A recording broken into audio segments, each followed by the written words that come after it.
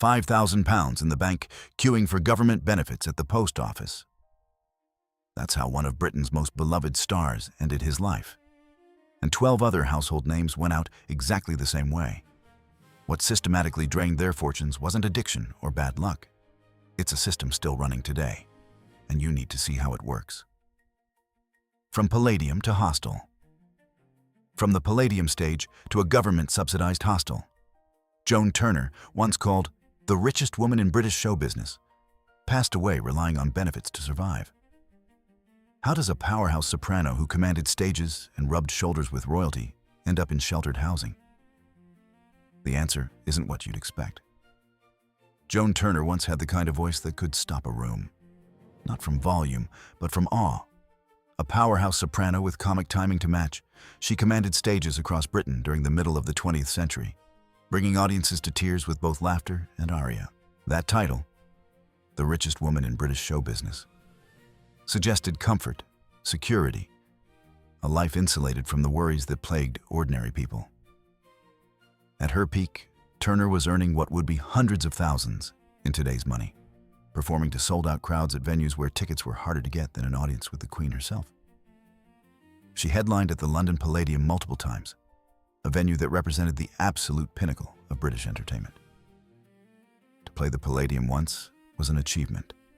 To headline there repeatedly meant you'd reached a level of fame most performers could only dream about. Turner's dressing room was filled with flowers from admirers, telegrams from celebrities, and offers for more work than any single person could possibly accept. Producers competed for her services. Television executives courted her for variety specials. Her agent turned down more offers than most performers received in a lifetime. By the time Joan Turner passed away in 2009, she was living in sheltered housing, relying on government benefits to survive. The woman who once stayed in five-star hotels was now in accommodation designed for those who couldn't afford market rent. Bad investments consumed savings that should have lasted decades. Extravagant habits from her peak years continued long after the peak itself had ended. Turner had developed tastes during her successful years: expensive clothes, fine dining, first-class travel, and she never adjusted those tastes downward, even as her income disappeared. She continued shopping at the same exclusive boutiques even when she could no longer afford them, racking up debts on credit cards that would never be paid. She maintained subscriptions to private clubs she rarely visited. She kept a car she could barely afford to fuel. But perhaps most devastatingly, Turner possessed a lifelong talent for something that would ultimately destroy her. She couldn't read people, couldn't distinguish between genuine advisors and opportunists, couldn't tell the difference between real opportunities and fantasies that existed only on paper. Friends who knew her well described a woman who would believe almost any business proposal if it was presented with enough confidence, who signed contracts without reading them because she trusted the person sitting across the table. One associate recalled Turner investing her life savings in a restaurant venture with someone she'd met only twice, convinced it would make her wealthy again. The restaurant closed within 6 months. Another time, she poured money into a theatrical production that never made it past rehearsals. She invested in property schemes that turned out to be fraudulent. She lent money to people who had no intention of repaying it. The pattern repeated itself over and over. Hope, investment, collapse, repeat. The newspapers didn't bother softening the contrast when they finally told her story. From the Palladium to a hostel, one headline read. The brutal efficiency of those words, capturing a fall that had taken years to complete. What makes Turner's story particularly affecting is that she knew. She understood the bitter irony of her circumstances and tried, in her final years, to reclaim some power by controlling the punchline. She joked about her own downfall, turned her poverty into material, and attempted to make the audience laugh at what had become of the woman who once made them cry with joy. In one interview, given shortly before her passing, she quipped that she'd gone from champagne to tea bags, from the penthouse to the ground floor, and somehow the audience was supposed to find it funny. She smiled when she said it, but the smile never reached her eyes. The interviewer later described the experience as one of the most uncomfortable moments of their career, watching someone try to maintain dignity by joking about losing everything. The laughter from the small audience felt forced, hollow, as if everyone in the room understood they were witnessing something deeply sad, masquerading as comedy. But there was nothing funny about watching someone who had stood at the top of her profession slowly fall through every safety net until there was nothing left but memory. Her performances had brought pleasure to millions. Her voice had been a gift. And yet the industry that profited from that gift offered no pension, no protection, no acknowledgement that someone of her stature deserved better than a government-subsidized end. Turner was a victim of her own charisma, a woman who believed until the very end that another big break was always around the corner. It never came. When she passed away, only a handful of people attended her funeral, a stark contrast to the thousands who once packed theaters to see her perform. No major newspapers ran obituaries. No television tributes aired. She simply disappeared, as though those decades of entertaining millions had never happened. The 5,000-pound legacy Turner's story established a pattern: talent plus fame plus earnings, somehow equaling poverty. But the next story proves it with a number so shocking that reporters double-checked the documents.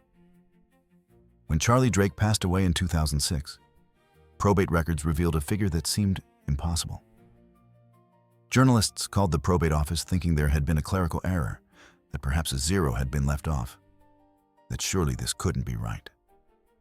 Some assumed the real assets were hidden overseas, that this was just the British portion of a larger estate. They investigated. There was nothing else. But the real mystery wasn't the number itself, it was where the money went. And the answer, when it finally came out, was stranger than anyone expected. 5,000 pounds. Not a mistyped figure, not a rounding error. 5,000 pounds. This from a man who had once been one of Britain's most bankable entertainers, a household name whose face appeared on television screens throughout the 1950s and 60s, whose catchphrases entered the national vocabulary, whose comedy albums sold in quantities that generated what should have been lasting wealth. At the height of his fame, Drake was commanding fees that would make modern performers envious, appearing in films, hosting television shows, and selling out theaters across the country.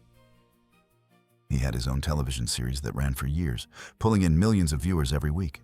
His comedy records went gold. He appeared in royal variety performances. By any reasonable measure, Charlie Drake should have retired a wealthy man. Industry insiders estimated his lifetime earnings in the millions, a fortune that should have secured not just his future, but generations to come. Charlie Drake was small in stature, but enormous in timing. His mastery of physical comedy and slapstick mayhem made him impossible to ignore. Standing just 5 feet 1 inch tall, Drake used his size to his advantage, creating a comedy persona that was part mischievous child, part underdog hero. He dominated British television with a mixture of chaos and childlike glee that audiences adored. He had merchandise bearing his name. He had chart hits. He had everything except, apparently, the ability to protect what he'd earned. According to friends and reporters who investigated his financial collapse, the answer to where the money went was heartbreakingly simple. Women, horses, fast cars, failed investments. A lifestyle built on the belief that success would never end. One associate described walking into Drake's home during his peak years and seeing receipts scattered everywhere. Bills for cars he'd bought on impulse, horses he'd purchased without knowing the first thing about racing, investments in schemes that existed only in the imagination of con artists who recognized an easy mark when they saw one. Drake would buy a new car and give it away weeks later to someone who complimented it.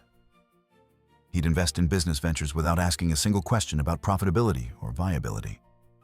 He purchased racehorses that never won a single race. He backed theatrical productions that closed after opening night. Money, to Charlie Drake, was something that flowed like water, and he treated it accordingly, never stopping to think that the flow might one day slow to a trickle, and then stop entirely. Financial advisors who tried to help him described the experience as futile. Drake would nod along during meetings, agree to budget constraints, promise to be more careful, and then immediately ignore everything they'd said. But success did end. Drake's brand of comedy fell out of fashion as tastes changed and new performers arrived. The roles dried up, the income stopped, and the expenses, those elegant, expensive habits, continued unabated. He tried to adapt. There were stage work opportunities, guest appearances on shows that once would have begged for his involvement, but now offered modest fees out of nostalgia rather than need. Drake took roles in pantomimes, in regional theater productions, in variety shows that played to half-empty houses in seaside towns. The money never returned. Drake spent his final years living modestly in a small flat, largely forgotten by an industry he had once carried on his back. An industry that had profited immensely from his talent, but felt no obligation to support him when that talent could no longer generate revenue. There was no grand tribute when he passed away. No star-studded farewell, just a quiet end, a small estate, and a painful contrast between what he once had and what he ultimately left behind. His life stands as one of the most complete cautionary tales in British entertainment. A rise built on brilliance, a reign filled with adoration, and a fall into obscurity so total that £5,000 was all that remained. Saturday Night King's televised collapse. If Turner and Drake represent the old guard fading into obscurity, the next man's downfall was the opposite. It was loud, public, televised for the entire nation to witness in real time. And when it happened, everyone was watching. In the 1990s, Michael Barrymore didn't just dominate British television, he was British television. ITV's golden goose, the man behind Saturday night specials that commanded massive ratings, a household name built on camp energy and lightning-fast charm. At his absolute peak, Barrymore's shows were pulling 15 million viewers, the kind of numbers that seem impossible in today's fragmented media landscape. Strike It Lucky, My Kind of People, Barrymore. These weren't just successful shows. They were cultural phenomena that defined Saturday night viewing for millions of families. He possessed that rare ability to make everything look improvised, even when it wasn't. To create the illusion that the show was happening spontaneously, that the magic was effortless. His energy was infectious, his timing impeccable, his ability to connect with both studio audiences and viewers at home seemingly limitless. Audiences trusted him. Families gathered around their screens to watch him. Children imitated his catchphrases in schoolyards. Advertisers paid premium rates to have their products associated with his shows. He seemed untouchable, the kind of performer who would dominate British television for decades, who might transition seamlessly into elder statesman status, hosting retrospectives and receiving Lifetime Achievement Awards. By 2004, Barrymore was declared bankrupt. The official reason cited unpaid taxes, but behind that sterile phrase lay a more complicated truth. Legal costs had mounted from various proceedings. His career had collapsed following a series of very public personal and professional disasters that dominated headlines and destroyed the family-friendly image his success had been built upon. The tax bill alone was reported to be in the millions, an amount that would have been manageable during his peak earning years but became impossible once the work stopped coming. When you're earning millions per year, a tax bill of that size feels manageable. You make the payments, you continue working, the money keeps flowing. But when the income stops and the bill remains, it becomes an impossible burden. The Revenue Office doesn't care about your past earnings or your current circumstances. The debt is the debt, and it must be paid. Unlike earlier generations whose financial troubles remained largely private, Barrymore's fall wasn't hidden. It was live. It was dissected. It was tabloid oxygen, feeding a media machine that documented every step of his collapse, with the kind of attention once reserved for his triumphs. Every court appearance was photographed. Every financial detail was published. The same newspapers that had once celebrated his success now chronicled his downfall with barely concealed glee, running headlines that turned his personal tragedy into entertainment for their readers. He moved abroad for a time, attempting geographic distance from the wreckage of his reputation. New Zealand became his refuge, a place where he could walk down the street without being recognized, without seeing his face on tabloid covers, without constant reminders of what he'd lost. There were attempts to reboot his career, even a brief reality television comeback that generated headlines but not redemption. He appeared on Celebrity Big Brother, hoping the exposure would remind people of his talent. But the public mood had shifted too dramatically. The financial hole was too deep. The public mood had soured beyond repair. Bankruptcy became just another chapter in a story that had gone from entertainment triumph to cautionary parable in what felt like record time. By the time he resurfaced with any regularity, the culture had moved on. The stage still existed. Television still needed hosts and performers. But the spotlight had drifted elsewhere, settling on younger faces, newer voices, leaving Barrymore to navigate a world that remembered him vividly, but no longer needed him at all. The aristocrat who fled to tax havens. Barrymore's downfall was modern and loud. But sometimes the cruelest falls come wrapped in something that looks like elegance, like privilege, like protection. The next man had all three, and it saved him from nothing. Dennis Price was born into a family that owned half of Devon, educated at Bradfield and Oxford, and looked like a man who would never miss a dinner invitation or the bill that followed. His accent was impeccable, his manners refined, his bearing aristocratic. Everything about Dennis Price suggested inherited wealth and permanent security. His effortless polish made him the perfect choice for post-war British cinema's cads and villains. As Louis Mazzini in Kind Hearts and Coronets, he eliminated his way to a dukedom with impeccable grammar and devastating charm, creating one of cinema's most memorable performances. Critics praised his ability to make wickedness look sophisticated, to turn immorality into art. The film became a classic, regularly cited as one of the greatest British films ever made, and Price's performance was its elegant, sinister center. It should have launched him into a lifetime of prestigious roles and financial security. By 1967, Dennis Price was officially bankrupt. Those who knew Price described a man who lived as though his aristocratic background guaranteed eternal solvency, who spent money with the carelessness of someone who'd never had to worry about where the next payment was coming from. He maintained a lifestyle appropriate for a landed gentleman, despite the fact that his family's fortune had long since been divided among multiple heirs, leaving him with a name and an education, but not the wealth those things traditionally implied. He rented expensive flats he couldn't afford. He dined at exclusive restaurants. He dressed impeccably. He maintained appearances even as the foundation crumbled beneath him. His film roles slowly dried up as the industry evolved beyond his particular brand of upper-class villain. The work that had once come easily now arrived sporadically, and when it did come, it paid far less than audiences might have imagined. By the mid-60s, Price was accepting roles he would have turned down a decade earlier, appearing in productions that barely covered his rent, taking parts in low-budget horror films and forgettable comedies just to keep working. He appeared in Italian westerns filmed on shoestring budgets. He took supporting roles in exploitation films, anything that paid. Toward the end of his life, Dennis Price fled Britain entirely. He spent his final years living in the Channel Islands, a location chosen partly for its natural beauty, but mostly for its status as a tax haven. The irony was brutal. Here was a man seeking refuge in a place designed to shelter wealth, arriving with little wealth left to shelter.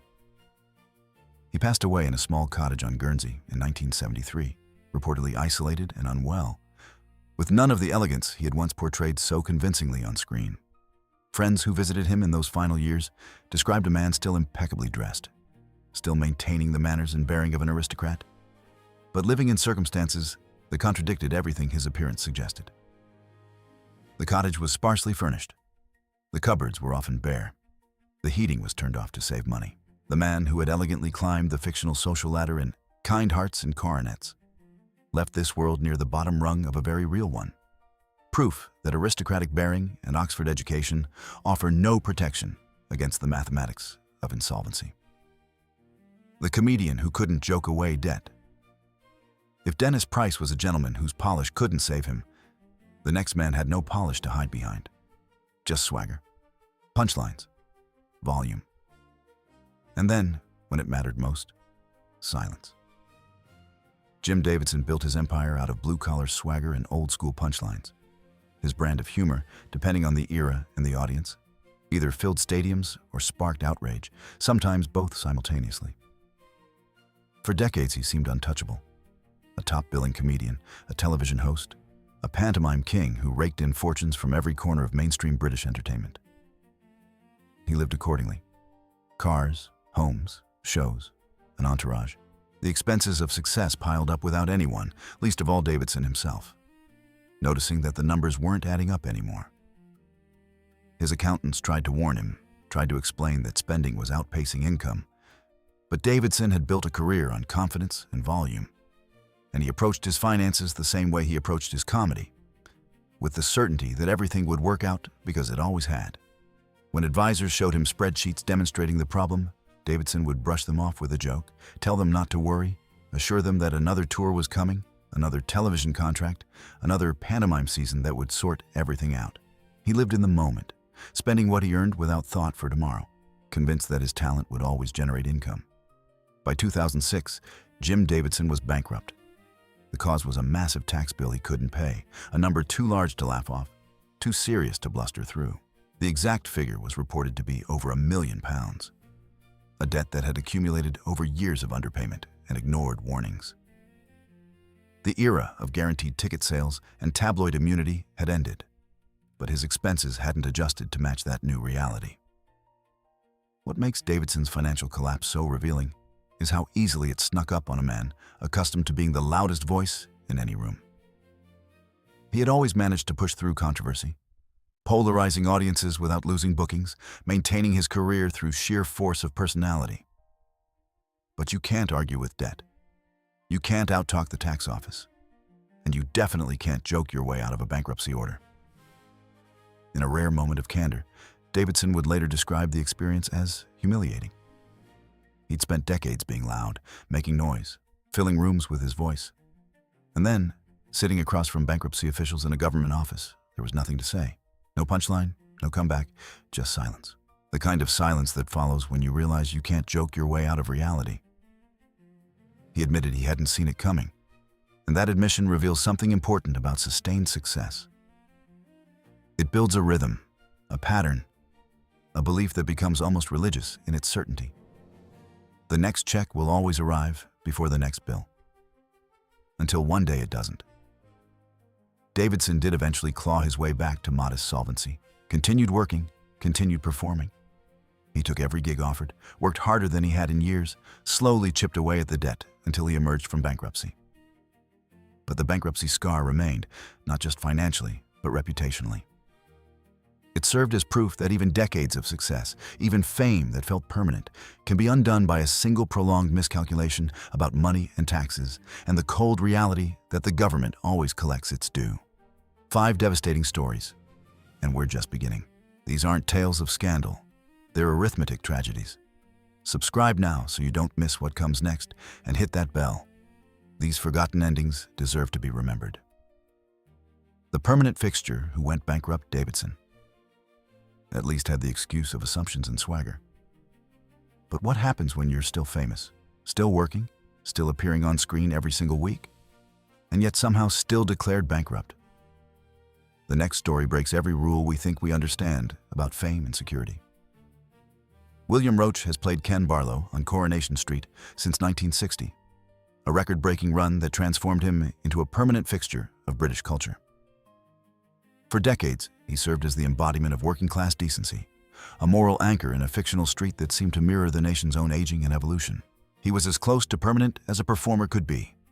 His contract renewed year after year, his face recognizable to generations of viewers who had grown up watching him navigate the trials of Weatherfield. By the late 1990s, Roach had appeared in more episodes of a single television series than virtually any other actor in history, a feat that seemed to guarantee not just continued employment, but financial security. He'd been on the show through every decade of its existence, watching cast members come and go while he remained, the one constant in a constantly changing fictional world. Viewers had literally grown up with Ken Barlow, watched him age in real time, and felt they knew him personally. But even a national treasure can run into very real trouble. In 1999, William Roach was declared bankrupt. The reason wasn't gambling or extravagance or any of the usual culprits. It was legal costs, specifically the expenses from a costly and prolonged libel case. The case may have cleared his name, restored his reputation, and delivered justice in the eyes of the law. But justice, it turns out, comes with invoices, substantial ones. Legal fees in cases like these can run into hundreds of thousands of pounds, and they arrive whether you win or lose, whether you're famous or forgotten. Lawyers bill by the hour, and high-profile cases require expensive legal teams. Court appearances accumulate costs, expert witnesses charge fees, even victory comes with a price tag. And when you're a public figure fighting to protect your image, those invoices don't just threaten your savings, they threaten the entire myth of stability that fame supposedly provides. The most unsettling aspect of Roach's bankruptcy wasn't the bankruptcy itself. It was the fact that he never stopped working. He never left the show. He never disappeared from British screens. This wasn't a case of fading fame leading to financial hardship. This was financial hardship despite fame, despite work, despite everything we instinctively assume protects someone in his position. Viewers were watching him on their screens while he was simultaneously navigating bankruptcy proceedings, a surreal disconnect between public perception and private reality. He'd film scenes during the day, then attend meetings with bankruptcy officials in the evening. The character he played was stable, employed, and secure. The man playing him was anything but. He recovered, yes. Slowly, the show kept him employed, and over time he paid down the debts and emerged from bankruptcy. But the bankruptcy filing lives on in public records, a quiet reminder that the gap between household name and household debt is disturbingly narrow. That even when you're famous, even when you're working steadily, even when you seem as permanent as the cobblestones your character walks on, you're still just one expensive crisis away from financial ruin. Blue Peter's steady face, private unraveling. If Roach's bankruptcy was quietly devastating, the next story shatters a different assumption entirely. Children trusted him. Parents trusted him. Millions of families invited him into their homes every week. And then Christopher Trace lost everything. Christopher Trace should have been untouchable. As the original Blue Peter presenter, he was the face of calm reliability for an entire generation of British children. A gentle, steady figure guiding young viewers through craft projects with paternal cheer. He represented something wholesome and safe in a medium that was still finding its identity. For a generation of British kids, Christopher Trace wasn't just a television presenter. He was television itself, the friendly adult who made learning feel like play. When he left Blue Peter in 1967 after 7 years on the program, thousands of children wrote letters begging him to stay, convinced that the show couldn't continue without him. Some of those letters are preserved in BBC archives, heartbreaking expressions of a generation's attachment to a man who represented safety and kindness in a rapidly changing world. Parents approved of him. Teachers praised him. He embodied everything the BBC wanted its children's programming to represent. But behind that buttoned-up optimism was a life slowly unraveling, and no amount of craft glue could hold it together. By 1973, Trace was declared bankrupt. The cause was a failed business venture. He had sunk his savings into a company that collapsed, leaving him not only financially ruined, but publicly exposed. The business partner who'd promised returns disappeared. The contracts that had looked solid revealed themselves to be worthless. The company that was supposed to generate steady income folded within a year, taking Trace's investment with it. The irony was cruel. He'd been safe on screen. But real life? Real life had no script, no supervision, no one looking out for him. This wasn't a tabloid scandal with lurid details and front-page photographs. It was quieter than that, tucked into the business sections of newspapers, but no less humiliating. The very publications that had once praised his work with children now ran headlines about his financial ruin, treating it as a minor footnote rather than the personal catastrophe it represented. After leaving Blue Peter, Trace struggled to find regular work in television. His association with children's programming, once an asset, had become a liability. He wasn't seen as versatile. He was seen as safe. And in show business, that distinction matters enormously. Safe doesn't get cast in dramatic roles or offered opportunities to demonstrate range. Safe gets typecast, pigeonholed, eventually forgotten. Casting directors would see his name and immediately think of craft projects and puppets, unable to imagine him in anything more complex or adult. He auditioned for dramatic roles and was told he was too associated with children's television. He auditioned for other presenting jobs and was told the audiences wouldn't take him seriously. He tried to reinvent himself, taking acting classes, changing his appearance. But the public image was too strong, too fixed. As his career opportunities dwindled, his debts mounted. By the time bankruptcy became unavoidable, the charm that had once made him indispensable now seemed like an awkward relic from a bygone era. He would eventually return to work in more modest broadcasting roles and would continue to live a quiet life until his passing in 1992. But the fall from national treasure to financial casualty remained stark, a reminder that even the most wholesome corners of fame don't come with guarantees. The brilliant chaos that faded. Trace's downfall came from being too wholesome. But the next man's problem was the opposite. He was everywhere. Unstoppable. Electric. Until one day, he wasn't. And when the bankruptcy filing appeared 20 years later, the question wasn't why. It was how did no one see it coming? Tony Slatterie was once everywhere, and not just in the literal panel show on every channel sense. He was present in a way few comedians managed to be. Clever, erratic, magnetic, untamed. On whose line is it, anyway? He didn't just crack jokes. He exploded through them, scattering brilliance and chaos in equal measure. For a while, it looked like he might take over British comedy entirely, might become the defining voice of a generation of performers who valued wit over set-up punchline mechanics. His mind worked faster than most people could follow, making connections that seemed impossible, turning ordinary prompts into comedy gold. Other comedians watched him with a mixture of admiration and envy, wondering how anyone could think that quickly, perform that fearlessly. He was doing 8 shows a week at one point, appearing on multiple panel shows, doing stand-up, filming television specials, seemingly unstoppable. By 2020, Tony Slatterie was declared bankrupt. Unlike some of the others whose stories we've explored, there wasn't a single business failure or tax issue to blame. It was a long, slow erosion. An erosion of roles, of routine, of the stability required to manage money when your career doesn't follow a predictable script. Slatterie's financial trouble wasn't a sudden downfall. It was the inevitable result of being forgotten by an industry that once couldn't get enough of him, that had celebrated his unpredictability right up until that unpredictability became inconvenient. The phone calls from producers stopped coming. The invitations to panel shows disappeared. The fringe theater work that might have sustained him couldn't generate enough income to cover basic living expenses, let alone the debts that had accumulated during the years when work had vanished entirely. He tried to adapt, accepted smaller roles, performed in venues far removed from the television studios where he'd once been a star.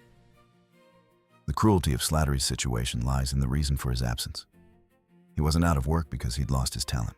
The brilliance was still there, visible in the occasional interview, the rare performance, the documentary that captured moments of the old magic. He was out of work because show business doesn't have a pension plan for unpredictable geniuses. It wants consistency, reliability, the ability to show up on time and deliver what was promised. Slatterie kept trying. Fringe theater appearances, interviews that were painfully honest about his struggles, documentaries that laid bare the mental health challenges and personal demons that had complicated his career. In one particularly moving documentary, Slatterie spoke candidly about the years he'd lost to undiagnosed bipolar disorder, about the periods when he couldn't work, couldn't function, couldn't do anything but survive. He described waking up one day and realizing he hadn't worked in months, hadn't left his flat, hadn't spoken to anyone. But the money didn't follow. His bankruptcy wasn't a scandal. It wasn't even surprising to those who had followed his career. It was just sad.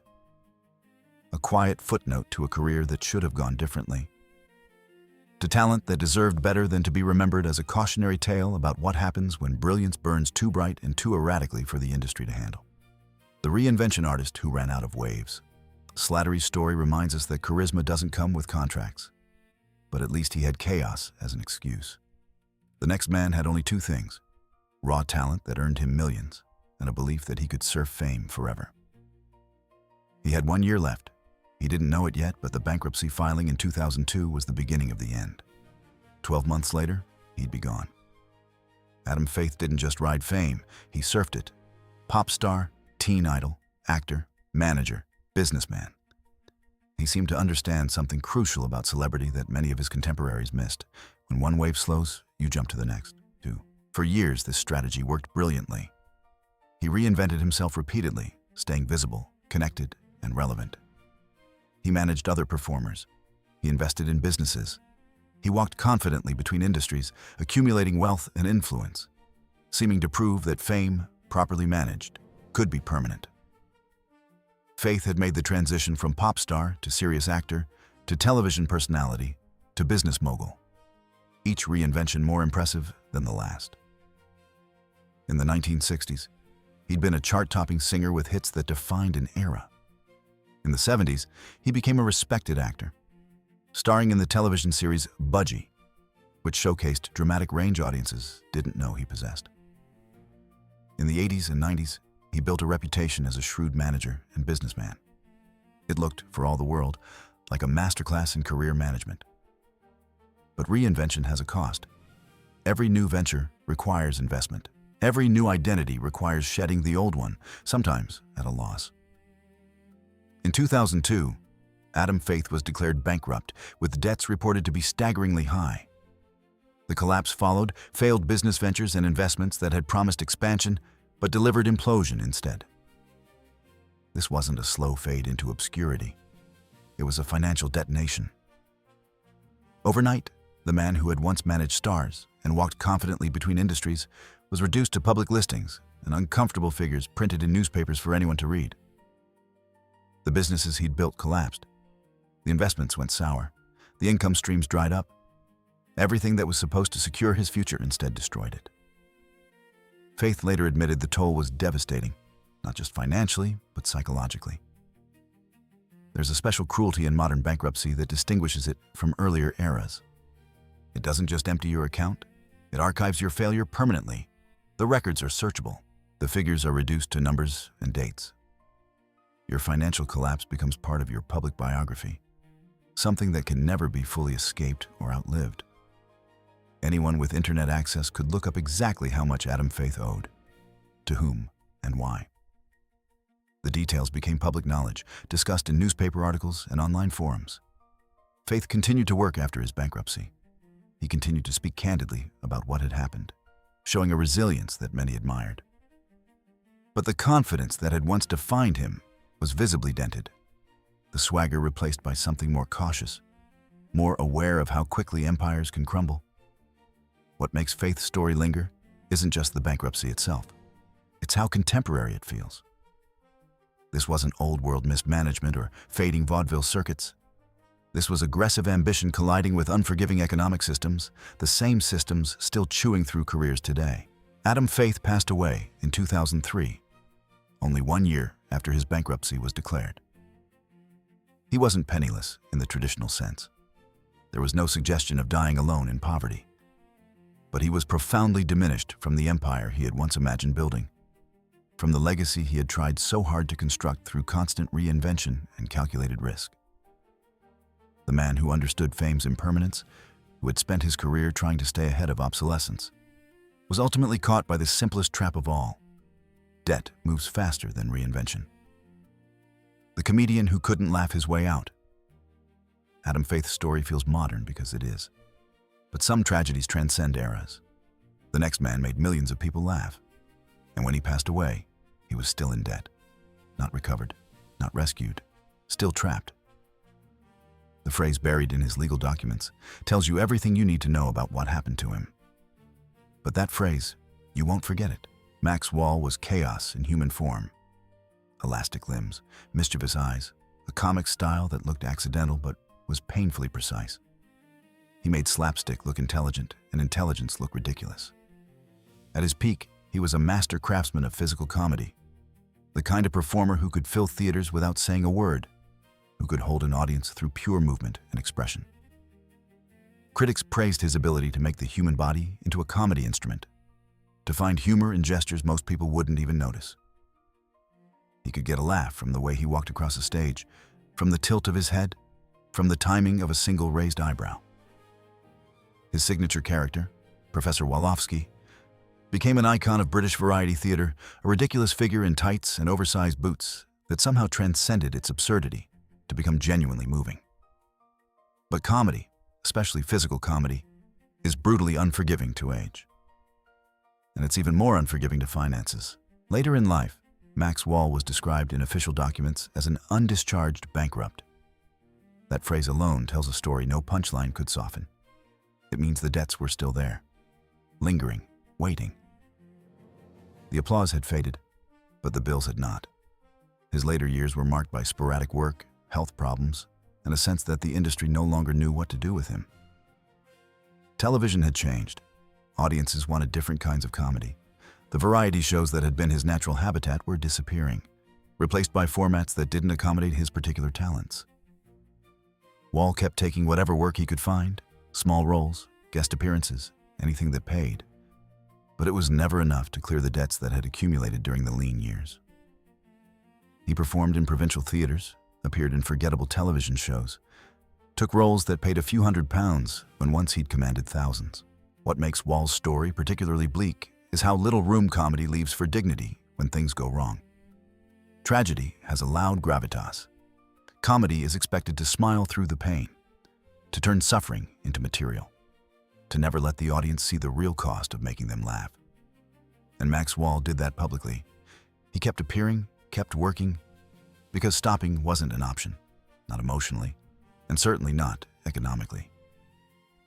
In interviews during his later years, Wall would joke about his circumstances, turn his financial troubles into comic material, maintain the performer's mask even when discussing subjects that were deeply painful.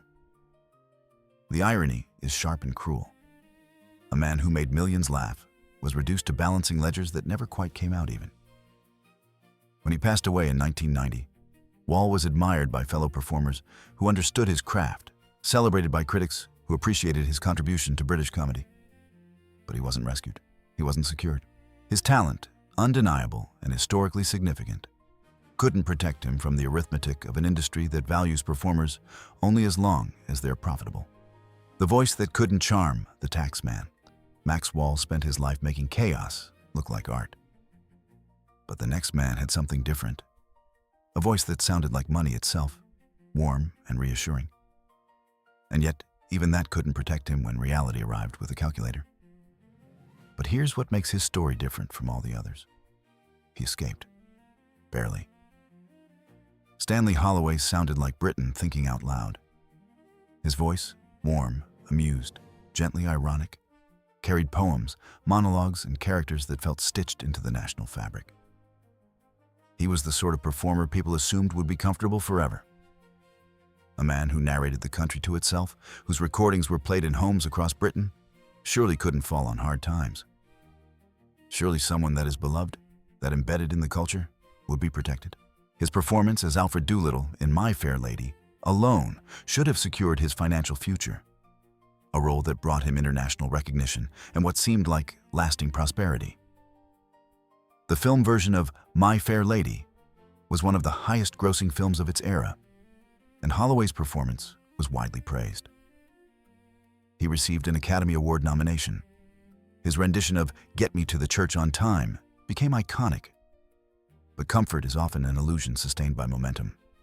And when that momentum falters, reality arrives with a calculator. Stanley Holloway ran into serious trouble with tax authorities. He was briefly declared bankrupt, finding himself tangled in the kind of bureaucratic nightmare that doesn't care how beloved your voice is.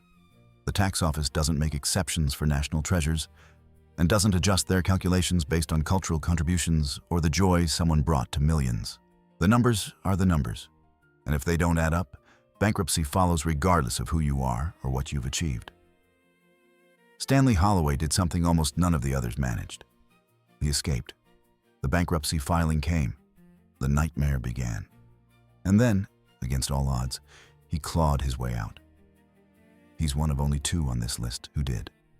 Holloway recovered enough to keep working.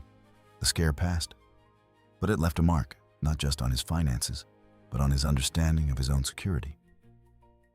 The idea that success equals safety was shattered. The man who had voiced jovial wisdom was forced to confront a system that doesn't negotiate with charm or nostalgia. You can almost hear the irony. A national storyteller caught off guard by a story as old as money itself. When he passed away in 1982, Holloway was remembered fondly. Tributes praised his contributions to British entertainment. Major newspapers ran obituaries celebrating his career, but the myth of lifelong stability had already cracked. His case wasn't a sensational collapse. It was a warning, delivered quietly, that even when you make it, even when you're loved, the margin for error is thinner than anyone wants to admit.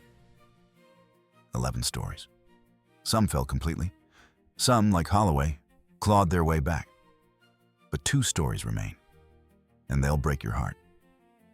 But first, which story has surprised you most so far? Drop a comment. And what other forgotten entertainment legends should we cover? Your voice shapes what we explore next. The gentleman who lost his safety net.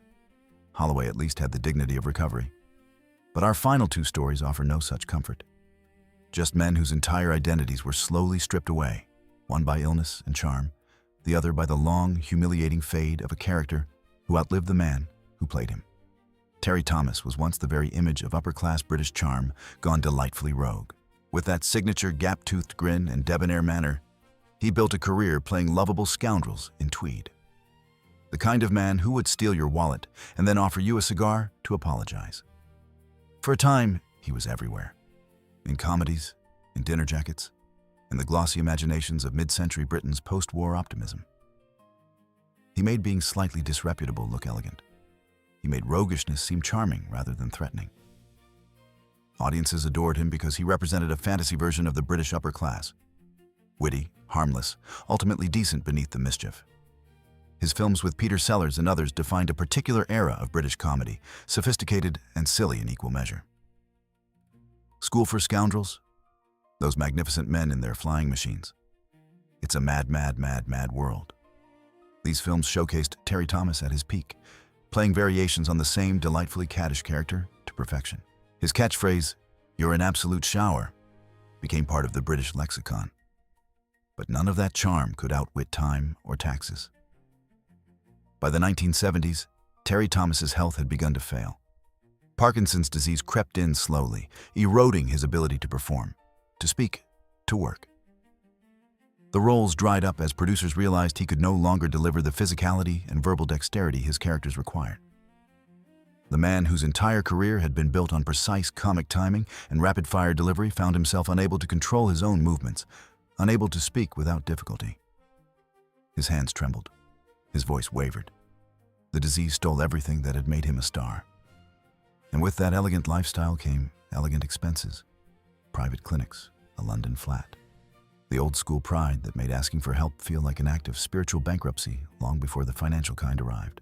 His fortune dwindled quietly, without the dramatic collapse or scandalous revelations that might have at least generated sympathy or support. By the end, Terry Thomas was living in a small flat in Spain, relying on support from actors' charities and friends who remembered the sparkle behind the stiff upper lip. In one particularly British twist of fate, a benefit gala had to be organized just to pay his medical bills. The event raised money to cover his care, a reminder that even beloved performers can find themselves dependent on charity when illness strikes. The man who had once played rich frauds on screen had become a poor truth in life. And here's the thing that distinguishes his story from some of the others. There was no scandal, no wild downfall, no final act of disgrace or self-destruction, just a slow, cruel attrition. A man who had given Britain its post-war smirk was eventually reduced to silence, his voice stolen by disease, his comfort stolen by circumstances, his dignity maintained only through the quiet charity of an industry that remembered him fondly, but had long since moved on. The soap star who queued for benefits. Terry Thomas, at least, had the mercy of a medical excuse, a reason beyond his control. But our final story offers no such comfort. Just a man who walked cobbled streets on national television for decades, only to walk those same streets in real life, alone, queuing for benefits, living the long, humiliating fade like closing credits that no one sticks around to read. Peter Adamson played Len Fairclough on Coronation Street, a blue-collar Casanova with a shovel in one hand and a pint in the other. For over 2 decades, he was a staple of British living rooms, a face you'd trust to install a boiler or steal your wife, depending on the scene in the storyline. At the height of the show's popularity in the 1970s and 80s, Coronation Street was watched by over 20 million people, and Len Fairclough was one of its most recognizable characters. Adamson appeared in over 1,000 episodes, becoming so associated with the character that people on the street would call him Len, unable to separate the actor from the role. Taxi drivers would recognize him and refuse payment. Strangers would approach him in pubs, asking for advice on home repairs, genuinely believing he possessed Len's fictional construction skills. But behind the mustache and the pint glass and the working-class authenticity that made Len Fairclough believable, things weren't going quite as smoothly as they appeared. Adamson's off-screen life became a spiral of mounting debts and increasingly desperate choices. By 1991, he was bankrupt. not the funny kind of bankruptcy that involves selling yachts and crying into caviar, the kind where you apply for public housing and learn how to stretch a pension. Legal fees played a role. Tabloid scandals created complications. Failed business ventures consumed money that should have been protected. But perhaps the real culprit was the gap between his public persona and his private prospects. He was no longer Len Fairclough. He was just a man in his 60s trying to outlive his own reputation, trying to find work in an industry that had moved on to younger actors and different kinds of working-class authenticity. Casting directors still saw him as Len, which meant they couldn't see him as anything else. He was too recognizable to disappear into other roles, too associated with one character to be cast as anyone knew. Later in life, Peter Adamson was spotted queuing at the post office for his benefits. The man who had once walked cobbled streets on national television now walked those same streets in real life, but without an audience and with far less applause. Neighbors recognized him, did double takes, and whispered to each other. Some approached with sympathy, others with pity. None of it helped. The recognition that had once brought him pride now brought humiliation, a constant reminder of how far he'd fallen. In interviews, he tried to keep his pride intact, dodging questions with practiced deflection, offering tight-lipped smiles that suggested everything was fine even when his circumstances suggested otherwise. But his eyes told another story. The story of a man cornered by the very machine that had once made him famous, that had given him recognition and income and purpose, then discarded him when he was no longer profitable. And here's where Peter Adamson's story becomes truly haunting. There's no sharp fall, no melodramatic crash with a clear moment when everything changed. Just a long, humiliating fade. Like the closing credits of a television program, the ones that roll while the audience is already reaching for the remote, already moving on to the next thing, not sticking around to read the names of the people who made what they just watched possible. That's how Peter Adamson's career ended. Not with recognition or tribute, but with a slow scroll of diminishing relevance that no one bothered to watch until the very end. These 13 stories close not with easy answers, but with uncomfortable questions. What do we owe the people who entertain us? What happens when the applause stops, but the expenses don't? Joan Turner fell from the Palladium to a hostel. Charlie Drake left £5,000.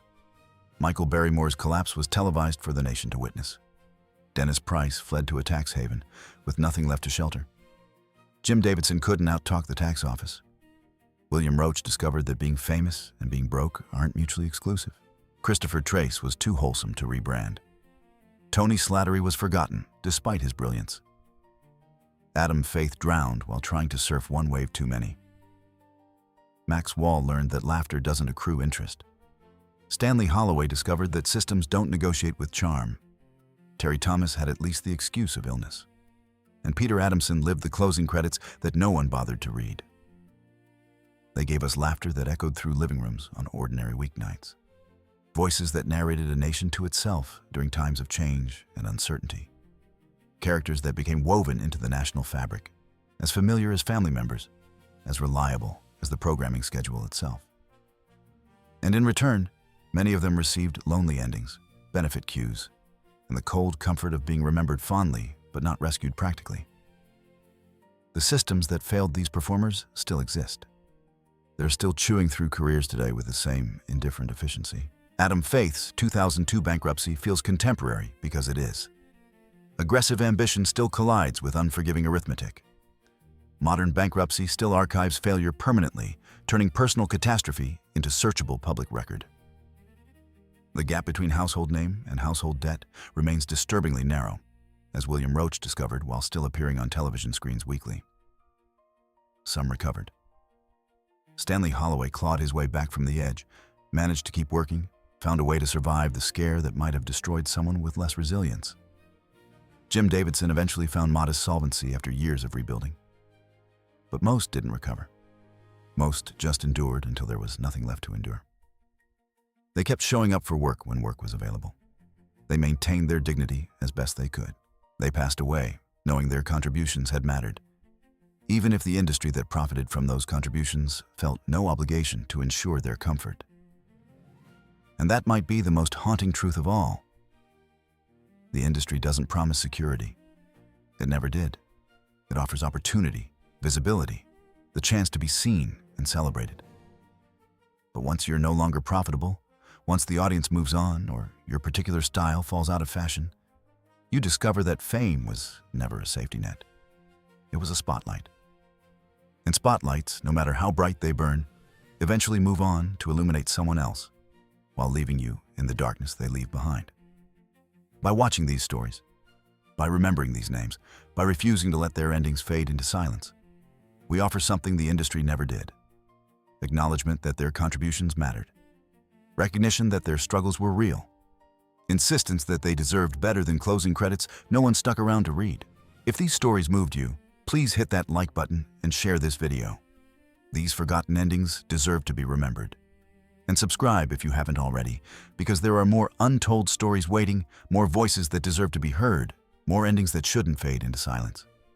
Until next time, this is Golden Age Files, keeping the lights on for those the industry left in darkness. Thank you for watching.